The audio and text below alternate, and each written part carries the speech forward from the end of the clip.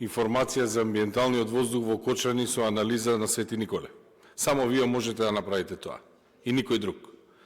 Се изнаслушав предвидување на крмов што ќе се случува со проектот. Станува збор за македонската јавност и тие што за европски проект со кој што треба да се најде начин како да се управува и да се менаџира со отпадот. Менаџирање на отпад секаде, од Јапонија до Шведска е на тој начин. Мора да постојат критериуми на кој начин се управува со отпадот. Единствена надеж на граѓаните од Кочани е да успее регионалната депонија и начинот на процесирање на ѓубре, односно на отпадот, како што е предвидено, со селекција, со претоварни станици, така натаму. Депонијата во Кочани не е ниту депонија. Тоа е диво ѓубриште, да знаете, нелегално. Жално е што вие се обидувате да го искористите и да добиете политички поени и сами знаете дека бевте избркани од протестот. Вие лично бевте избркани од протестот. Затоа што ниту живеете таму, ниту го дишете тој воздух. Вие немате никако, вие во Кочани имате дојдено два пати. Еднаш на протестот на депонијата ви избрка и претходно на протестот на оризарите и таму ви избрка. И сами сте свесни за тоа. Дека вие не ги представувате граѓаните од изборна единица 3. Немате никаков легитимитет да зборувате за овие проекти.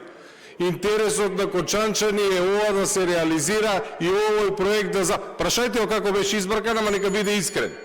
Нека биде искрен. Затоа немојте да правите анализа за амбиенталниот воздух со тоа што ќе правите некои политички говори за тоа дали ќе биде успешен или нема да биде успешен.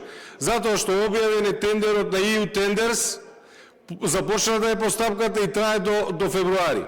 Во моментот и сами кажавте, и сами потврдите, за тоа ќе ви се заблагодарам, дека е извршено и механичко и биолошко третирање на дивата депонија, дивото ѓубриште, и е обработено како никогаш до сега. Ви благодарам што потврдивте дека се поставени камери, две според вас биле малку, поставени се две камери. Ви благодарам што потврдивте дека истата е оградена, односно е започнато оградување.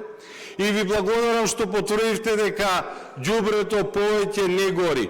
Односно, посем хаваријата од СДСМ и дуи нивното 7-годишно владење, конечно посем 4-5 месеци влада на ВМРО, ДПМН и коалицијата, имаме јавен повик за изградба на регионална депонија, во истиот момент ќе започне и претоварните станици и имаме механичко и биолошка обработка на депонијата на начин на кој што не е извршена во ниту една општина. За тој дел ви благодарам.